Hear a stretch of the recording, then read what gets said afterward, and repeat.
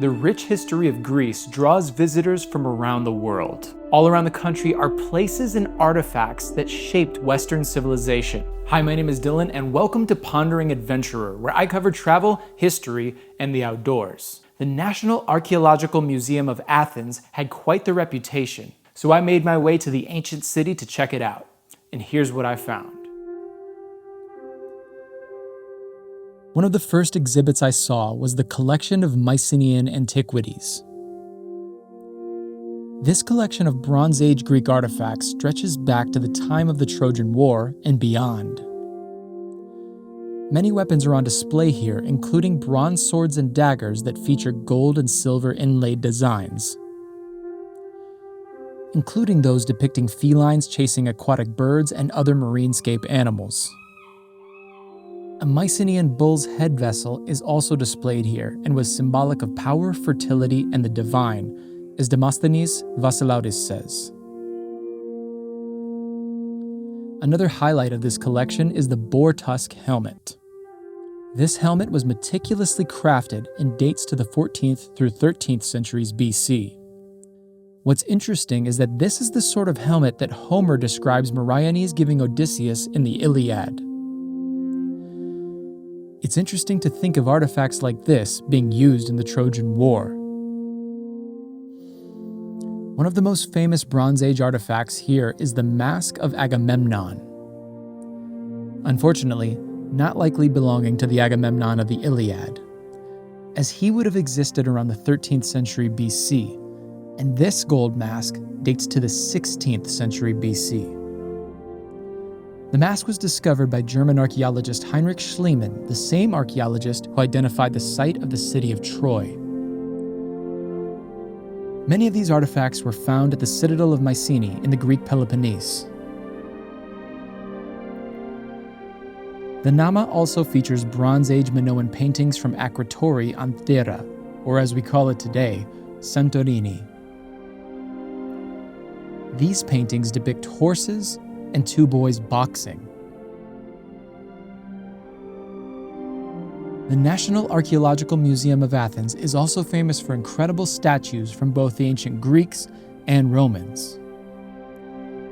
One of the most famous is the Jockey of Artemision.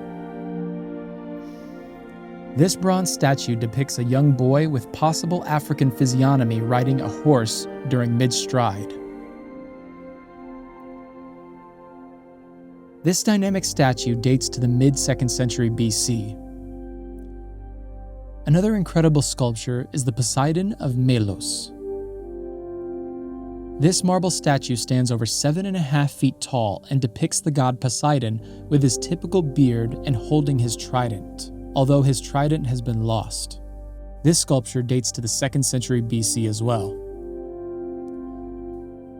Other sculptures here include the bronze head of a Cynic philosopher, bronze statue of Augustus, bust of Hadrian, and statues of Poseidon and Zeus.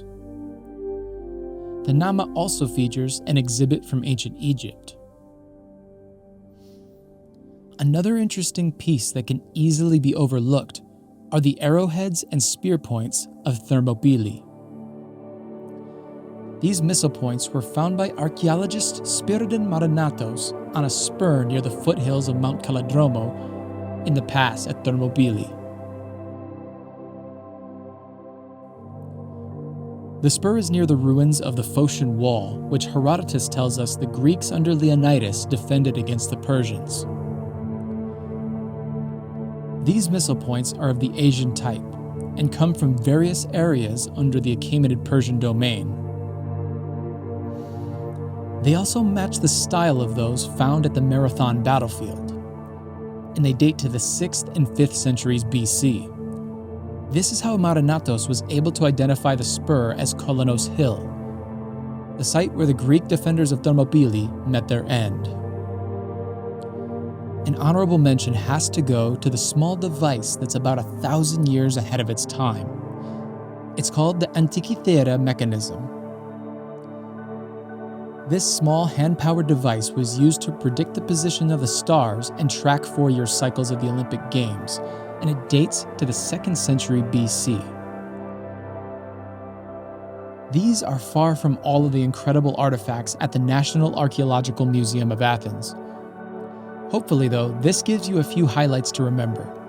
The museum is so large you'll want some serious time for it, and believe me, it's well worth it. Especially if one of your reasons to visit Greece